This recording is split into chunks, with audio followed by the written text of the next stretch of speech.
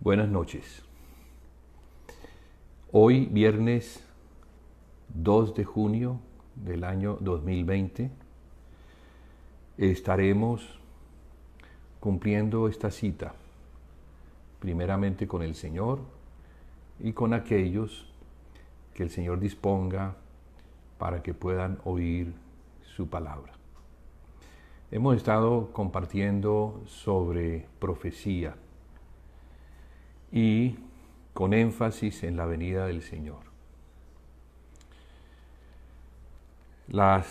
El martes pasado estuvimos haciendo como un recuento histórico, mostrando en ese recuento histórico, que es la Biblia misma, que a su vez es la palabra profética más segura, mostrábamos cómo desde el principio el Señor había mostrado las cosas que habrían de acontecer en el futuro. Y mencionábamos la palabra de Génesis, que es el primer libro de la Biblia, que significa en el principio. Porque ahí están consignadas todas las cosas que el Señor quiere que nosotros retengamos como el principio de todas las cosas, cómo se originaron, cómo se originó la creación, cómo se originó el pecado, las consecuencias del pecado, cómo se originaron las naciones, la rebelión del hombre después del diluvio, queriendo edificar una torre, cómo el Señor llama desde esos lugares que quedaron después de la dispersión por causa de la confusión de las lenguas, cómo el Señor llama a Abraham. Y a partir de allí vemos a los patriarcas recibir una palabra del Señor en relación a lo que Él quiere hacer por medio de los hombres de fe. Insistíamos la semana pasada en cómo el Señor trabaja por medio de remanentes. Lo que el Señor quiere hacer, lo va a hacer, pero necesita de hombres que crean en Él. Entonces, eso era lo que veíamos. Veíamos cómo Abel fue un hombre de fe, que fue matado por su hermano que no tenía fe. Veíamos a Set, que fue como el reemplazo de Abel. Y la Biblia muestra que después su descendencia, sus hijos, comenzaron a invocar el nombre del Señor. De ese linaje viene Enoc, un antepasado de Noé. Tenemos a Noé, el hombre que tenía una familia, y esa familia era perfecta en sus generaciones. Y es así pues que el Señor le da a Noé una palabra, una guía de lo que debe hacer, porque viene el juicio, construye el arca. Ellos son libres del juicio que vino sobre un mundo impío, que no conocía a Dios y que en su ignorancia se rebelaba contra Dios. Dios los encontró la tierra corrupta y por eso se arrepintió de haberlos creado.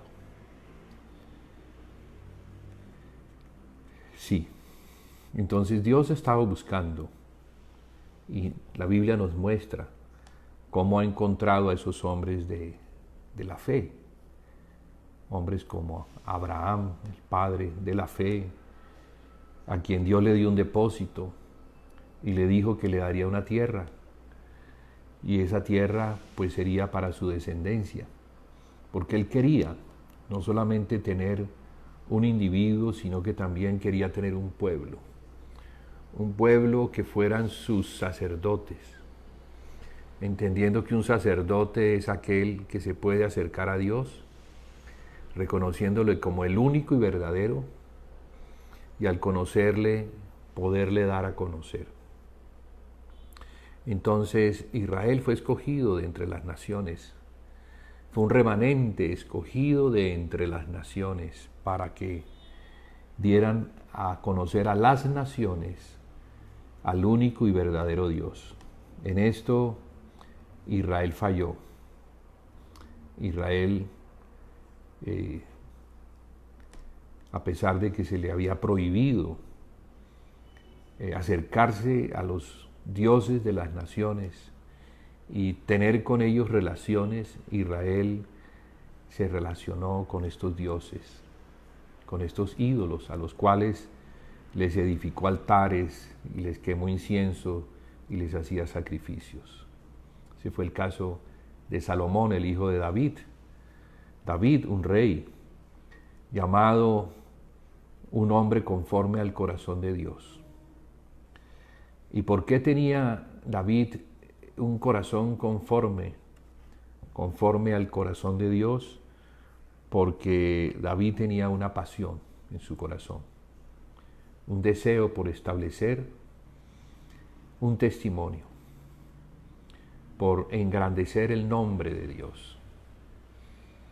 Por eso él trajo el arca que se encontraba en Silo, en el tabernáculo de Moisés, que ya no era visitado, porque ya había terminado su razón de ser, que era llevar al pueblo del Señor a lo largo de la travesía en el desierto, acompañarlos en las conquistas de Canaán, contra los reyes de Canaán.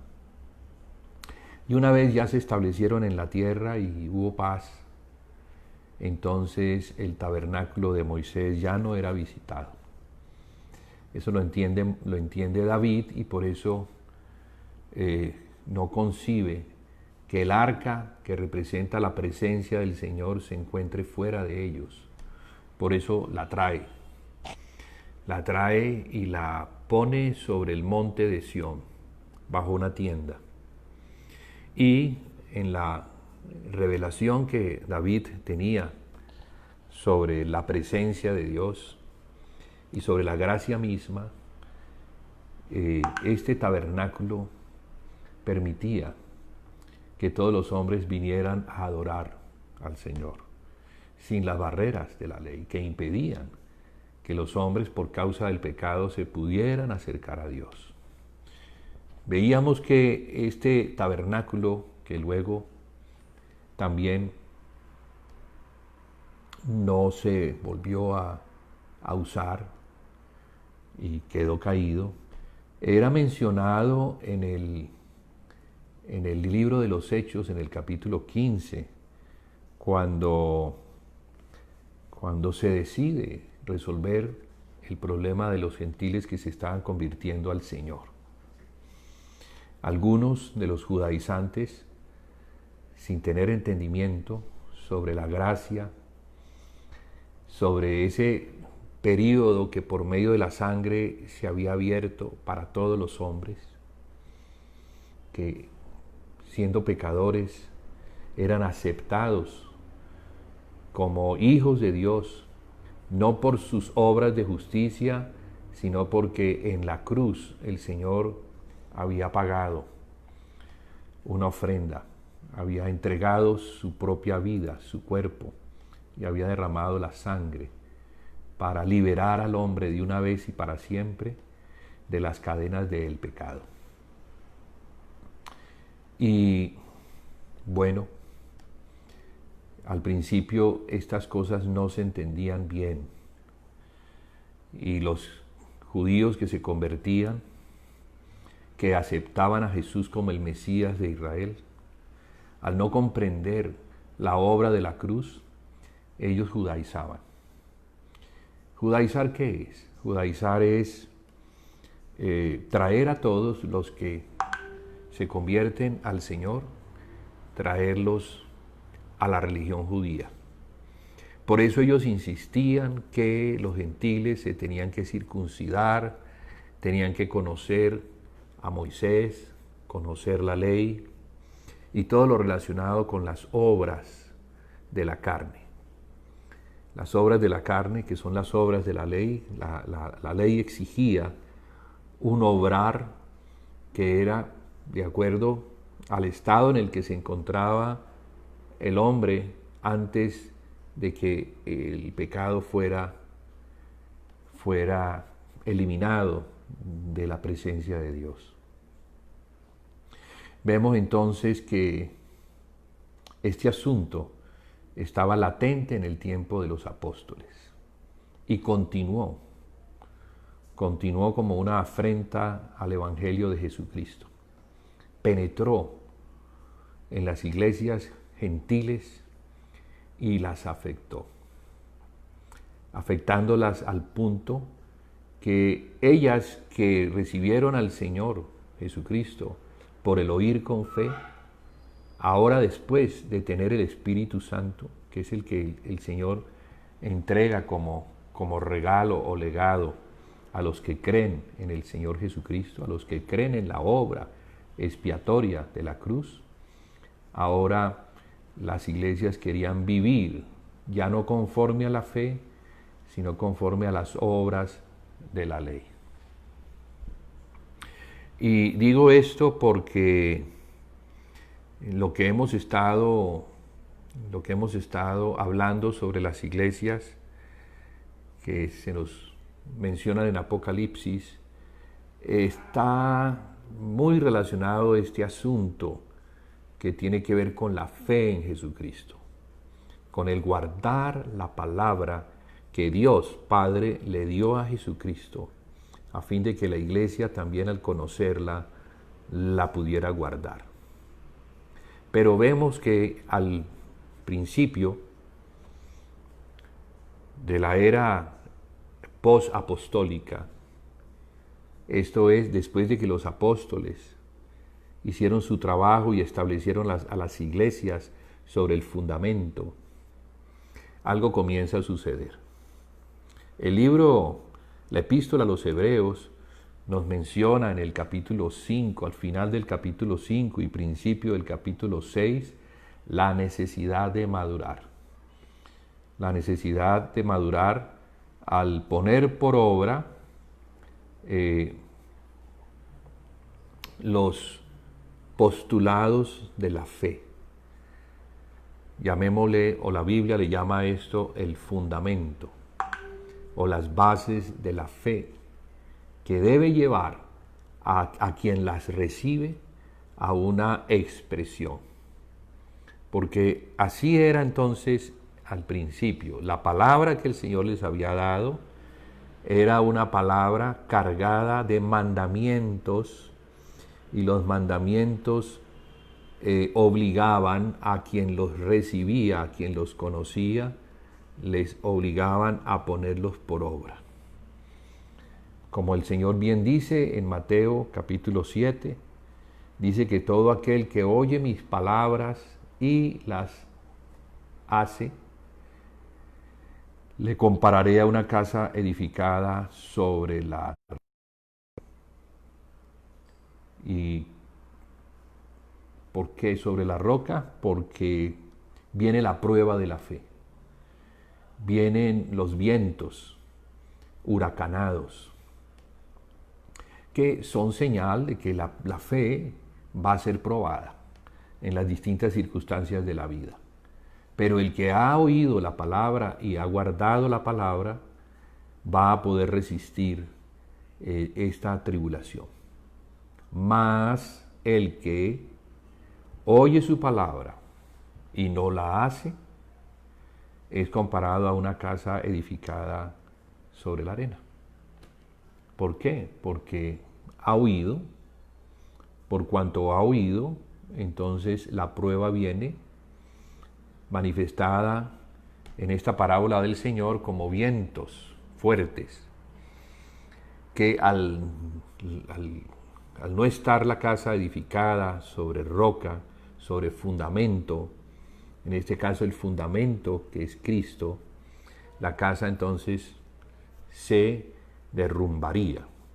Y ese en realidad ha sido el problema que se menciona en las cartas que el Señor le ordena a Juan, que se encuentra en la isla de Patmos, les envíe a estas 7 iglesias. Hoy vamos a estar hablando, vamos a continuar con este tema tan importante digo yo, aunque algunos me preguntan, bueno, ¿qué tienen que ver las iglesias de Apocalipsis con profecía? ¿Qué tienen que ver estas iglesias con la venida del Señor? Porque algunos piensan que la venida del Señor es una cosa y hablar de las iglesias es otra cosa. Pero a ellos yo les respondería lo siguiente. Primero les diría que Apocalipsis es una profecía. Y es una profecía para 7 iglesias. Estas 7 iglesias, por su número 7, representan una plenitud. Entonces, es una profecía para la iglesia en general. Y en la forma en que están localizadas las iglesias, desde Éfeso hasta Laodicea, se puede decir que nos hablan de una historia o de un camino. El camino que la iglesia caminaría a lo largo de la historia. Y en ese camino encontrando muchos obstáculos, muchos enemigos de la fe. Y muchas estaciones en las cuales la fe, al ser probada, tendrían que estacionarse hasta que eso se resolviera. Por eso entonces, muy al principio, tenemos esta palabra dada a la iglesia o al ángel de la iglesia de la Odisea. Y es que a pesar de que ellos hacían muchas cosas, el Señor menciona algo que debe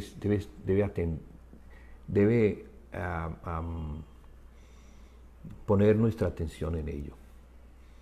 Y es que el Señor le dice que han dejado el primer amor. La iglesia de Éfeso, aunque hacía muchas cosas por causa del nombre del Señor, como por ejemplo, el Señor le menciona esto, voy a leerlo para que entendamos a los que están llegando por primera vez a este mensaje de las iglesias y que tal vez no han oído con anterioridad lo que se ha compartido. Entonces, Él le dice, es lo que diciendo siempre el Señor a las iglesias, yo conozco tus obras. Entonces, ¿qué es lo que, en relación a eso, qué es lo que vamos a, el día del tribunal, cuando nos presentemos delante del Señor, qué es lo que vamos a presentar? Vamos a presentar delante de Él las obras que hemos hecho. Con esto no quiero decir que la salvación es por obras, no. En lo que se entiende como salvación y lo que se menciona sobre que la salvación no es por obras, sino que es por gracia, la cual se recibe por medio de la fe. Pero también allí mismo dice, porque somos hechura suya, creados en Cristo Jesús para buenas obras, las cuales Dios preparó de antemano para que anduviéramos en ellas. Entonces, son dos cosas, ¿no?, que hay que saber separar. La salvación, que tiene que ver con la muerte eterna, con aquellas cosas que el hombre pretende hacer para ser aceptado en cuanto a su justicia delante de Dios, como si el hombre fuera capaz de justificarse delante de Dios. No, el hombre no puede justificarse porque se encuentra en una condición que es la condición de pecado. En esa condición de pecado, el hombre ya es injusto de por sí desde el mismo nacimiento y no puede justificarse a sí mismo con ninguna clase de obra.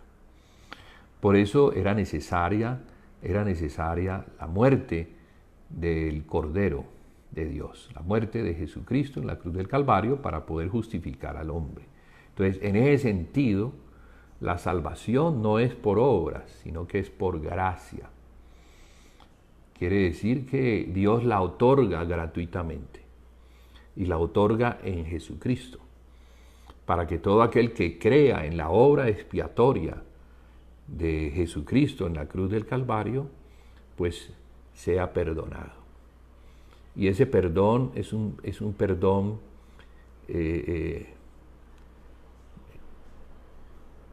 múltiple, porque trata con el pecado y también trata con los pecados. Digo que trata con el pecado porque el pecado es la condición natural en la que el hombre se encuentra. El hombre se encuentra en el pecado, como si el pecado fuera un género y dentro de ese género el hombre se encontrara, por causa de lo que hicieron nuestros padres. Y digo nuestros padres porque todos los hombres tenemos algo en común, y es que procedemos de los mismos padres Adán y Eva que pecaron contra Dios en el jardín. Y allí fueron ellos expulsados y no se les permitió entrar, la puerta se cerró y ellos no podían tomar del árbol de la vida y vivir para siempre. Entonces, de esa forma Dios estaba mostrando las consecuencias del pecado, destitución y no poder vivir eternamente. Eso Dios lo resuelve. Dios resuelve esa condición por medio de otro hombre, que es el Hijo del Hombre, Jesús. Jesús, también Hijo de Dios, pero aquel que muere en la cruz muere como el que representa a la humanidad, muere como el Hijo del Hombre, el que representa a Adán y Adán a la humanidad, y de esta manera el pecado entonces tratado en la cruz es eliminado. Debemos considerarnos entonces muertos al pecado, ya no más, ya el pecado no opera en aquellos que están en Cristo. Sin embargo, está el otro asunto que tiene que ver con los pecados. Los pecados son el resultado de encontrarnos en el pecado. Hay una cosa interesante, y es que legalmente el pecado fue tratado en la cruz del Calvario. Y aquellos que confían en Jesucristo nunca jamás podrán ser juzgados de encontrarse en el pecado. Nunca jamás. El Señor ha libertado al hombre de las cadenas del pecado. Al hombre que cree, no a todos, porque la condición es creer en Jesucristo.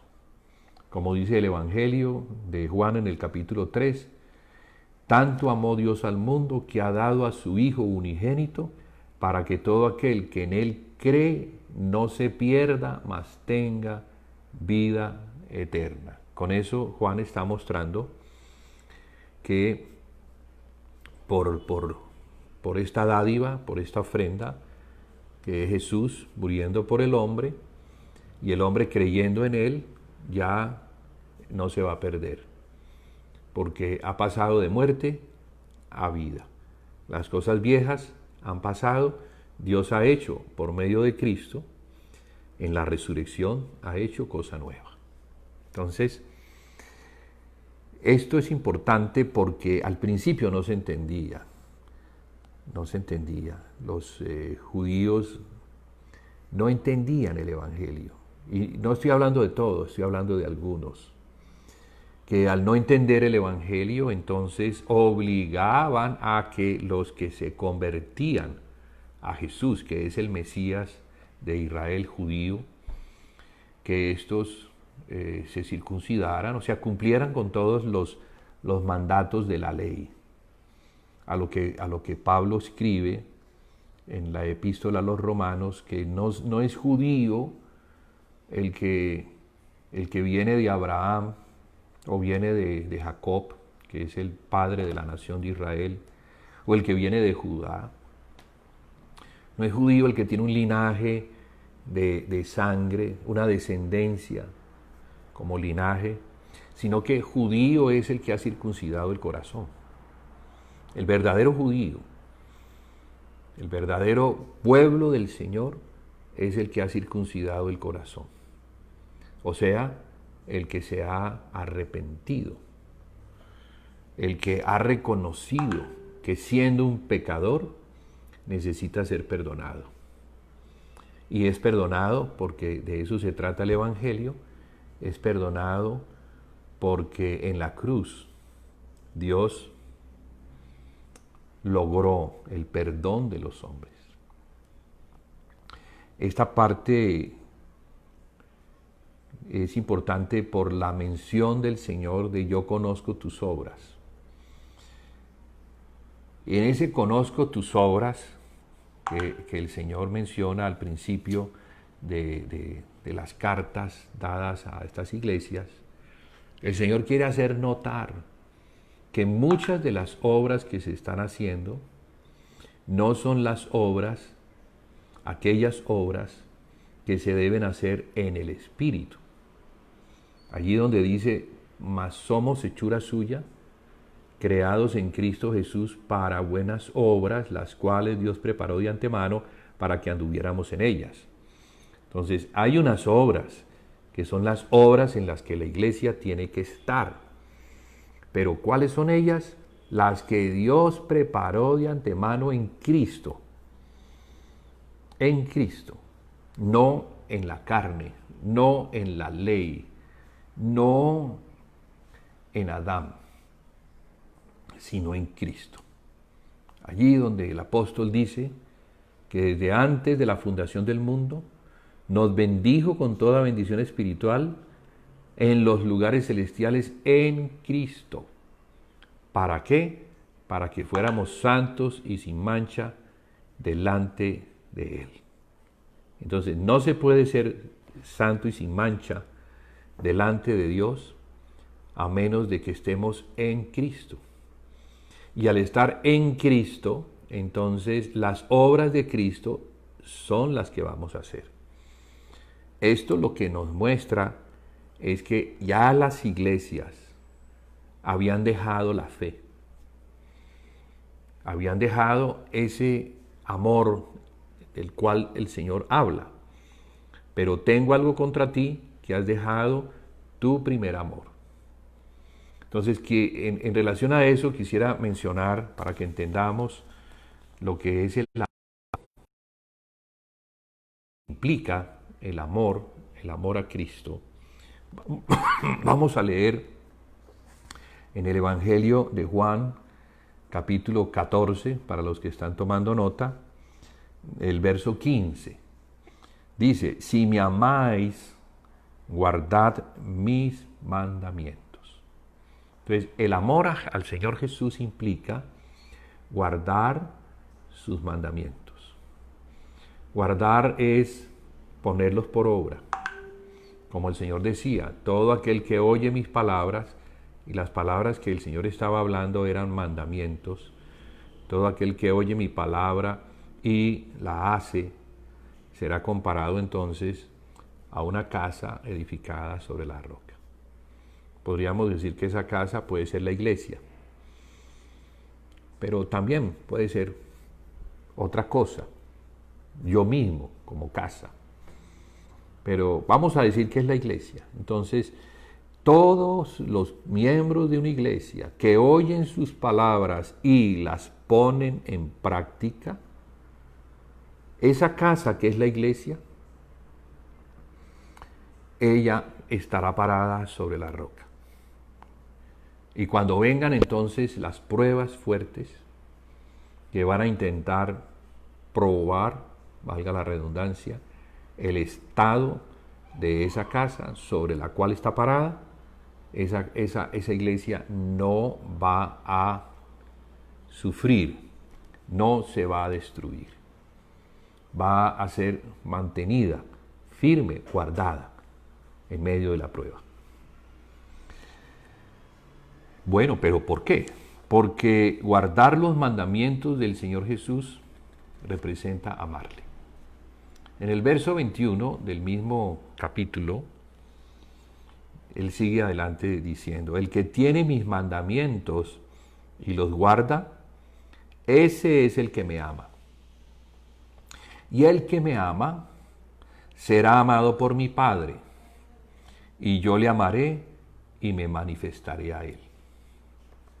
El que me ama, mi palabra guardará, y mi Padre le amará, y vendremos a él y haremos morada con él.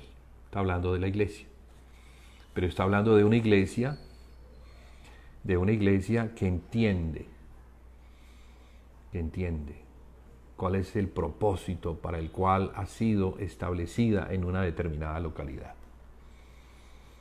Y el propósito es dar a conocer la gloria de Dios, la cual quiere manifestarse por medio de la iglesia misma. Entonces es como si en una ciudad a oscuras solamente una casa que se encuentra en lo alto alumbra, está en luz, se destaca sobre todas las demás casas.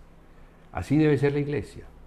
La iglesia, como casa de Dios, debe alumbrar, debe manifestar la gloria del Señor a una localidad. En Juan 17, 22 en adelante, el Señor, en relación a todo esto, de lo que vamos a compartir hoy, sobre las iglesias y en particular la iglesia de Filadelfia, que es la que nos ha quedado pendiente. Hoy estaremos hablando sobre las características o lo que caracteriza a una iglesia que se encuentra en el estado de Filadelfia. Entonces, por eso estas palabras. Repito, Juan 17, 22 nos dice: la gloria que me diste, yo les he dado. Esa gloria pues tiene que ver con sus mandamientos, tiene que ver con su palabra, tiene que ver con la unción, todo lo que representa lo que Dios da, lo que Dios le da a alguien. En este caso en particular, lo que Dios le ha dado a Jesucristo, para que Jesucristo también lo dé a conocer. Entonces, la gloria que me diste, yo les he dado para que sean uno, así como nosotros somos uno.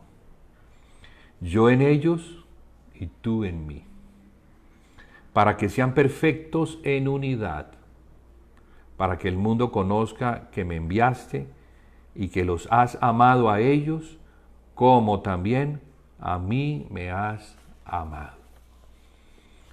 Entonces, hermanos, cuando el Señor le dice a la iglesia de Éfeso, le dice: tengo algo contra ti, que has dejado tu primer amor, lo que el Señor le está diciendo es que ellos han dejado su palabra. Ellos ahora están edificando, con otras palabras, una casa sobre la arena. Y claro, ¿cuál es el resultado de edificar sobre las palabras que no son las palabras del Señor? Cuando venga la prueba, que va a venir, entonces esa casa no va a permanecer. Y eso es lo que sucedió en realidad con la iglesia de Éfeso. La historia nos muestra que existió una ciudad muy importante en Asia. Esta ciudad era, algunos dicen, en importancia la segunda ciudad después de Roma. O sea que no era cualquier ciudad. Sin embargo, a pesar de que esa iglesia fue premiada, o esa ciudad fue premiada para tener una iglesia, la de Éfeso, esa ciudad fue destruida. ¿Por qué? Porque se cumplió la palabra del Señor, que le dice a la iglesia, o le dice al ángel de la iglesia, que si no se arrepiente, regresando a las primeras obras, él quitaría el candelero de su lugar. sabiendo que el candelero es la iglesia que alumbra, dando testimonio de la verdad en una determinada localidad, si la iglesia es removida de ese sitio, la ciudad que existe por causa de ser la sede de una iglesia local, esa ciudad ya no tiene razón de ser. ¿Por qué lo digo? Preguntarán algunos. Lo vemos con Israel. Cuando Israel apostató, y digo que la apostasía de Israel era porque fueron detrás de los dioses de sus vecinos, en desobediencia al Señor. El primer mandamiento es muy claro. El primer mandamiento que lo encontramos, vamos a leerlo porque es importante, en Éxodo. Voy a dar aquí un momentico. En Éxodo 20 encontramos este mandamiento. Y habló Dios todas estas palabras diciendo, 2 puntos. Yo soy Jehová tu Dios, que te saqué de la tierra de Egipto, de casa de servidumbre. Aquí se presenta el Señor. No tendrás dioses ajenos delante de mí. No te harás imagen ni ninguna semejanza de lo que esté arriba en el cielo, ni abajo en la tierra, ni en las aguas debajo de la tierra. No te inclinarás a ellas, ni las honrarás, porque yo soy Jehová tu Dios, fuerte, celoso, que visito la maldad de los padres sobre los hijos hasta la 3ª y 4ª generación de los que me aborrecen. Y hago misericordia a millares, a los que me aman y guardan mis mandamientos. Los que me aman y guardan mis mandamientos. Entonces el Señor Jesús aquí nos está mostrando que el amarle a Él, lo que encontramos en Apocalipsis capítulo 2,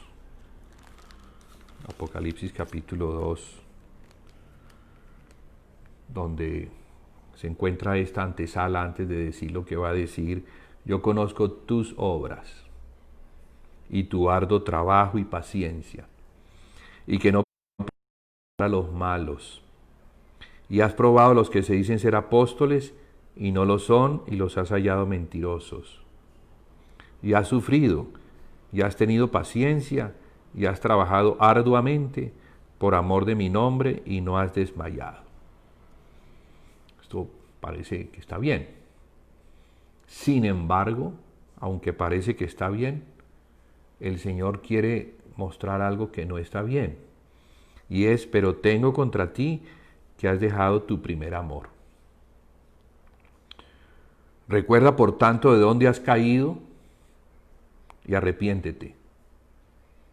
O sea que el no guardar la palabra del Señor, que representa el guardar su amor, el amarle, trae como consecuencia una caída.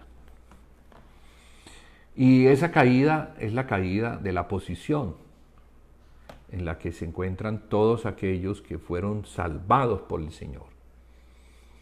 ¿Cuál es la posición? En Cristo. Porque es así.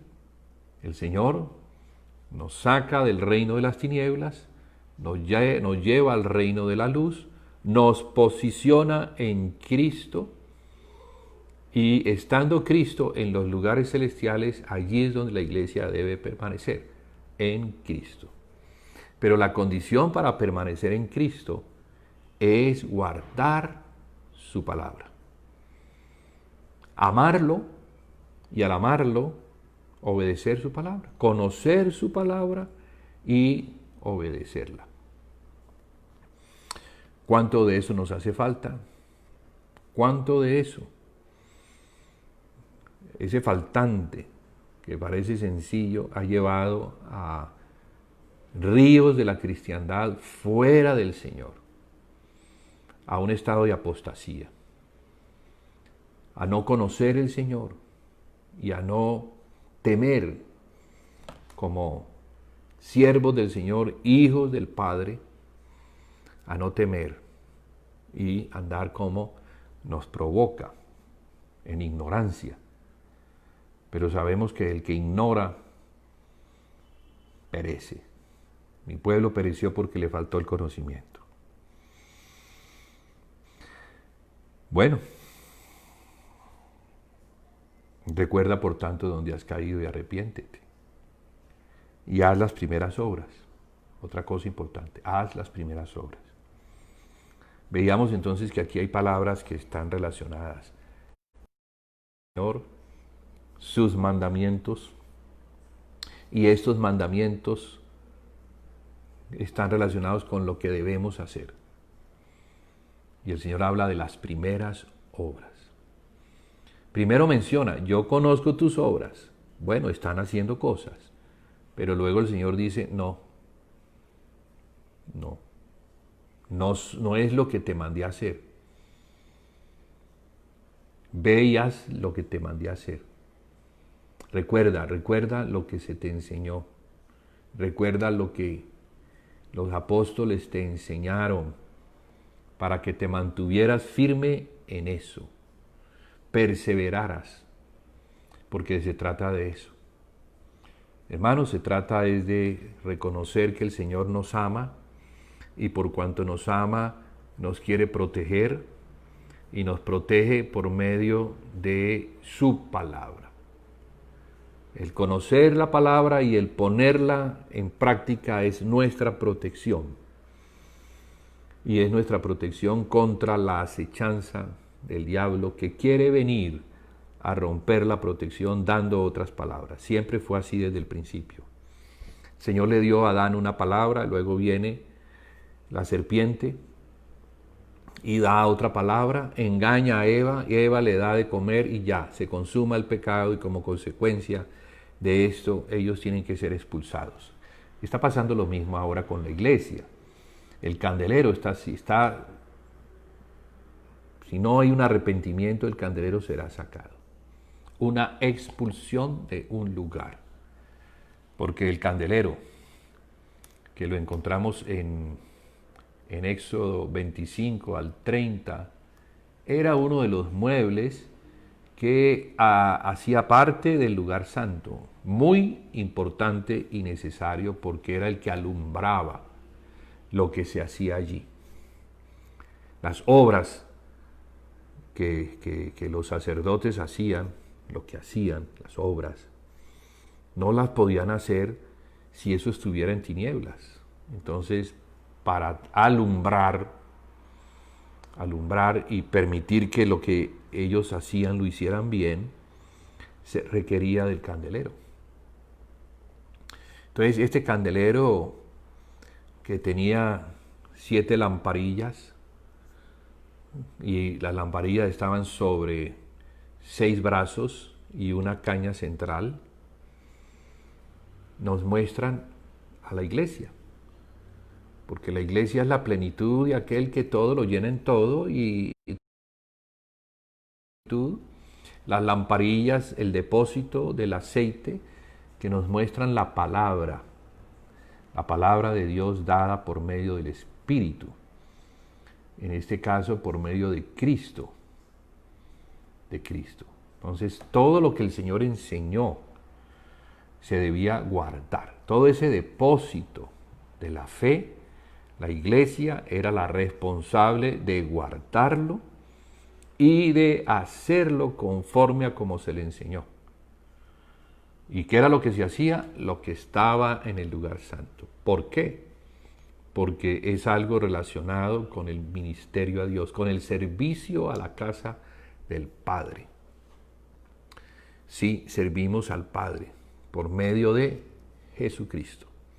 Somos sacerdotes para Dios Padre, para el Padre de Jesucristo. ¿Y qué es lo que nos hizo sacerdotes? La sangre de Jesucristo. La sangre que nos lavó, nos limpió y nos dejó más limpios que la nieve. De allí las vestiduras blancas, que son las obras justas de los santos, nos limpió para presentarle a Dios sacrificios espirituales por medio de Jesucristo. Eso era lo que la iglesia debía mantener, debía perseverar. Primero en la doctrina de los apóstoles, ya hemos dicho que la doctrina de los apóstoles es la enseñanza de la fe de Cristo, que produce en nosotros un querer y nos da el poder para hacerlo. Entonces genera en el que oye, genera un deseo de cumplirle a Dios, porque son los mandamientos de Dios que santifican y que a la vez al que ha sido santificado le dan el poder para cumplirle al Señor. Entonces se hacían estas obras que en el tiempo antes de Cristo, en la carne, se realizaban en el lugar santo. Allí en el lugar santo estaba el candelero, estaba la mesa de los panes y estaba el altar de incienso. No eran muchas cosas. O sea que el ministerio a Dios básicamente era los panes y el altar de incienso. Alumbrado todo esto por medio del candelero.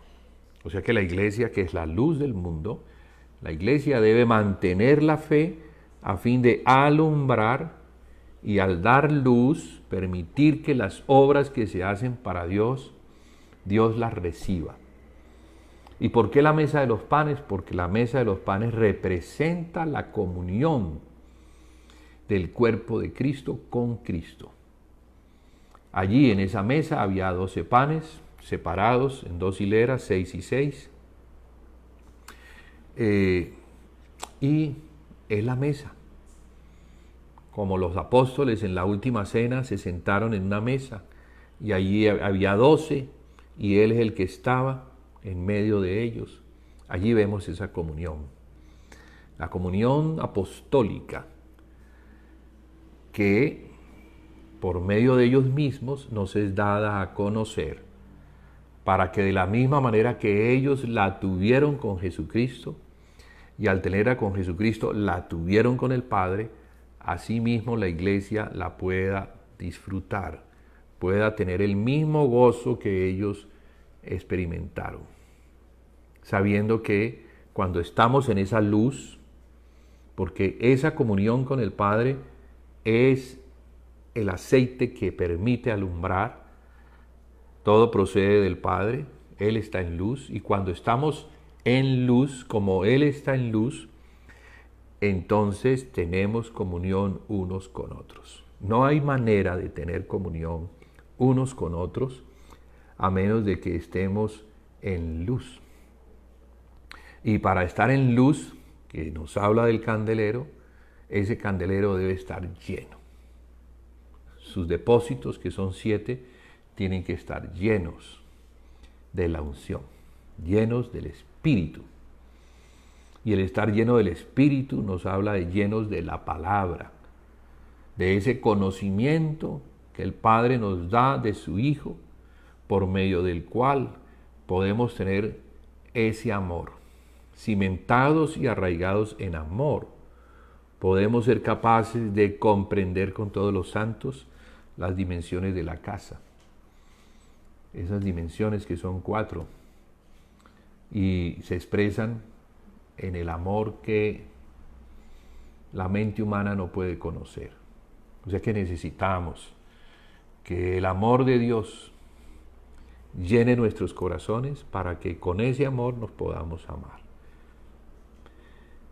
Bien, entonces fíjese, todo comienza allí. Todo el problema siempre se ha originado. Desde el principio vemos cómo Adán cae por desobedecer la palabra. Luego también vemos cómo Israel cae por la desobediencia o apostasía de Salomón, un rey que no cumple, no tiene el mismo corazón que su padre David, no es perfecto, como su padre fue perfecto delante de Dios en cuanto a cumplir los mandamientos, y muy puntualmente esto de exaltar el nombre del Señor en medio de todos los pueblos. Eso era lo que David, el rey David, quería hacer. O sea que para David lo primero era el Señor. Primero el Señor, luego él, luego su casa. Y estos héroes de la fe que nos muestra la Biblia, pues nos enseñan, son testigos para nosotros, que nos enseñan cómo es que se debe hacer, cuál es el orden de Dios, el orden que debe haber en la casa de Dios, porque no es el orden nuestro, lo que nos parece. Nosotros podemos ser engañados por espíritus que se visten como ángel de luz, llevándonos de la luz en la que nos encontramos a las tinieblas, o sea, a salir fuera de la unción, a perder el depósito de la fe por estar oyendo otro evangelio. Entonces, esto se ve claramente, el problema se ve desde el principio también con la iglesia, a la que se le dice: sacaré tu candelero de su lugar. Y de ahí en adelante podemos ver el resultado de esta caída, y lo vemos con las otras iglesias. Vemos la iglesia de Esmirna luchando, ahora se encuentra en gran tribulación, y yo lo que digo es que cuando estamos bien, estamos protegidos. Cuando estamos guardando la palabra, cuando la iglesia es la casa que alumbra en una localidad, esa iglesia que se encuentra en luz, ella no solamente está protegida, sino que protege la localidad. Pero cuando ya hay un desvío en la fe, y ese desvío es un desliz hacia el tobogán de la apostasía, que tiene sus manifestaciones progresivas en maldad, ahora las cosas comienzan a darse no a favor, sino en contra. Entonces, Esmirna nos muestra a Satanás tratando de recobrar las posiciones que le fueron quitadas. Ahora la iglesia está siendo perseguida. Hay muchos que están perdiendo sus posesiones, otros están siendo llevados a la cárcel y otros están siendo matados. De modo que eso es consecuencia de no estar en luz. Después viene ese periodo de Pérgamo, que en la historia pues se reconoce como la iglesia imperial, a partir de Constantino, un emperador que, a diferencia de los otros emperadores que perseguían a la iglesia, deja de perseguirla. Creo que él, inteligente, naturalmente hablando, ve que el aliarse con la iglesia es importante, políticamente hablando, porque ya se da cuenta que en el Imperio Romano hay muchos cristianos. A lo largo de casi 200 años el cristianismo fue aumentando. Y ya hasta en la misma casa del emperador había cristianos. Su mamá ya era cristiana. Entonces luchar contra Cristo era algo que él veía que no era un buen negocio. Entonces por eso decide sacar a la iglesia del ostracismo, de las catacumbas donde ella se escondía, y la invita a cogobernar juntamente con él. Allí entonces Pérgamo es lo que representa, muy casado, pero es la iglesia que apostató, porque la iglesia es una novia que está comprometida con Jesucristo y debe guardarse limpia, sin mancha, hasta la venida del novio. Pero no, se cansa de esperar, acepta la tentación de Satanás, una tentación que siempre ha estado y le ha dado resultados. Cuando él extiende su mano y dice: si me adoras, yo te daré los reinos que a mí me han sido dados. Te daré poder, tendrás riquezas, gloria. Bueno, está haciendo ofertas de tipo terrenal. Y cuando no estamos muy firmes en la fe y no estamos mirando la línea de lo territorial que trasciende y nos lleva a lo eterno, entonces caemos. Nos dejamos seducir y entonces fornicamos. O, sí, es fornicación, en realidad, porque es como la doncella que ha sido comprometida, pero se la juega a su novio y tiene relaciones con otro. Allí pasó eso con la iglesia. Pérgamo es ese periodo tan terrible de la historia que generó maldades que vienen como consecuencia de haber dejado al Señor. Ahora, ¿por qué sabemos que eso es lo que pasa? Porque en Pérgamo, a Pérgamo se le dice, yo sé dónde moras, y es donde mora Satanás. Fíjese, recuerda dónde has caído, a la iglesia de Éfeso. ¿De dónde cayó? De una posición alta, allá donde está el trono de Dios, en Cristo. Y ahora Pérgamo, que es la tercera iglesia, yo sé dónde moras, donde está el trono de Satanás. Muy diciente, ¿no? Muestra que ya la caída ha llevado a la iglesia a ese lugar.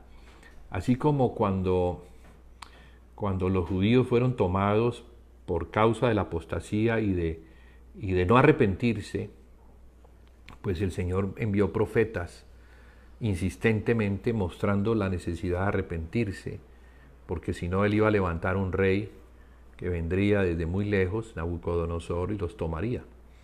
Entonces así fue. Fueron tomados, fueron llevados a Babilonia durante 70 años. Así pasó con la iglesia igual, ¿no? La iglesia, por su apostasía, por su no arrepentirse, arrepiéntete, le dice el Señor a la iglesia de Éfeso, o al ángel de la iglesia de Éfeso, porque si no vendré pronto a ti y quitaré tu candelero de su lugar. Entonces fíjese, vuelve y se repite el asunto, quitaré, sacaré, pero sacaré ¿para qué? Para llevar a donde no debe estar.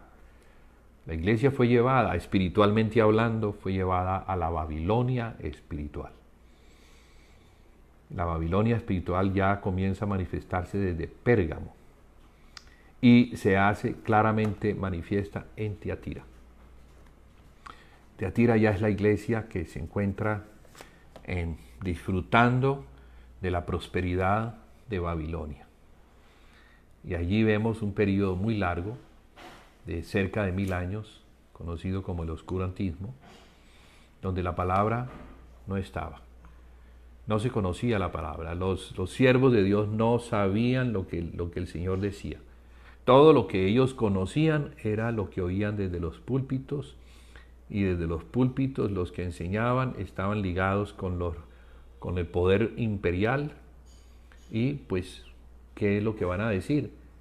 Lo que van a decir es lo que el emperador quiere que se diga para mantener las almas bajo la cautividad del engaño. Entonces, es el engaño, ¿no? Tiatira es el engaño donde aparece una mujer que se dice profetiza. El Señor le da el nombre de Jezabel para que entendamos lo que eso significa en ese periodo. Es un periodo de enseñanzas que no provienen del Señor, sino que provienen de Satanás. Jezabel es el instrumento que Satanás usa para llevar a la iglesia y mantenerla en un estado de tinieblas. Aparece luego Sardis como respuesta a esa condición, y Sardis es como la salida. El Señor le dice que al vencedor de Tiatira le dará el lucero de la mañana. Entonces ese lucero de la mañana nos habla de Sardis, que es un comienzo del día. El lucero de la mañana es lo que se comienza a ver en el amanecer, es una hora gris, no hay luz, pero algo se ve. Eso es Sardis. Lo que se hace no es perfecto porque no ha llegado a la perfección. Y después de Sardis tenemos Filadelfia, y allí es donde vamos a centrarnos un poquito hoy en lo que alcancemos a hablar. Al principio decíamos que Filadelfia está relacionada con la iglesia que recobró el amor. ¿Por qué lo sabemos? ¿Por qué lo sabemos? Porque por su nombre. Su nombre significa amor fraternal. Todos los nombres de las iglesias hablan, nos muestran condiciones. Y en particular Filadelfia nos muestra la condición del corazón de esta iglesia. Algo que caracteriza a esta iglesia es que tiene hacia el hermano. Y ese amor que tiene hacia el hermano, pues sabemos que no procede de la naturalidad, sino que es el resultado de algo. Ya hemos hablado insistentemente que con nuestro amor no podemos cumplir los altos estándares del amor de Cristo. Es necesario que amemos como Cristo ama. Un mandamiento nuevo os doy, dice el Señor Jesús, que os améis como yo os he amado. Entonces, imagínese el estándar, ese mandamiento. El Señor da esos mandamientos porque sabe que se pueden cumplir. Y sabe que se pueden cumplir porque Él daría el poder para cumplirlos, su Espíritu. Si no tuviéramos el Espíritu de Cristo, por medio del cual se nos comunican los atributos de Cristo, no podríamos cumplir con ese mandamiento. Pero tenemos el Espíritu Santo.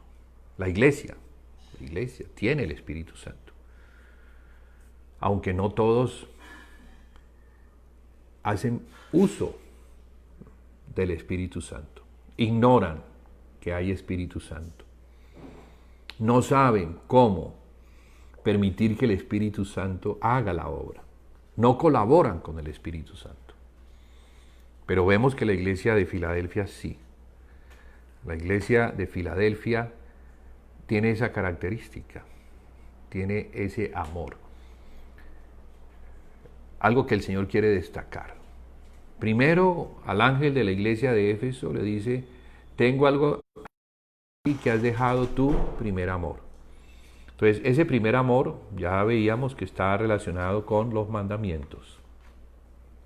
Pero también el Señor habla sobre la gloria que le fue dada, es la misma gloria que Él les dio para que sean uno, para que sean perfectos en unidad. Entonces, una característica de esta iglesia de Filadelfia es la unidad. La unidad que viene por medio de la gloria que Dios da. ¿A quiénes? A aquellos que guardan su palabra y no niegan su nombre. Vamos a leer lo que el Señor le dice al ángel de la iglesia que se encuentra en Filadelfia y vamos a hacer algunos comentarios al respecto. Entonces, escribe al ángel de la iglesia en Filadelfia. Esto dice el santo, el verdadero, el que tiene la llave de David, el que abre y ninguno cierra, y cierra y ninguno abre. Puertas. Decíamos la semana pasada que estas puertas, todo el mundo sabe que es una puerta. Las puertas son tan necesarias porque son las que dan acceso a las estancias, las que nos permiten entrar, pero también las que nos permiten salir. Vamos a salir por las ventanas, vamos a salir por las puertas y vamos a entrar por las puertas. En el caso de la iglesia de Éfeso, cuando el Señor dice que va a sacar el candelero de su lugar, este candelero tuvo que haber salido por la puerta.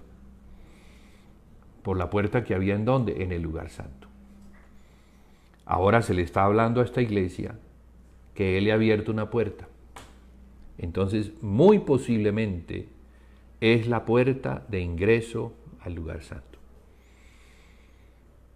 La iglesia salió, el candelero salió, dejando a oscuras el lugar santo.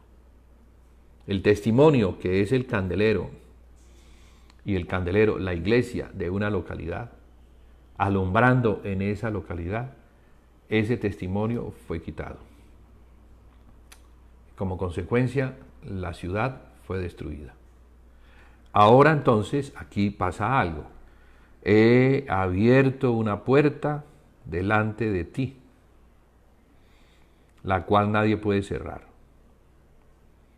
Porque aunque tienes poca fuerza, mire aquí, has guardado mi palabra y no has negado mi nombre. Entonces, ¿qué significa eso?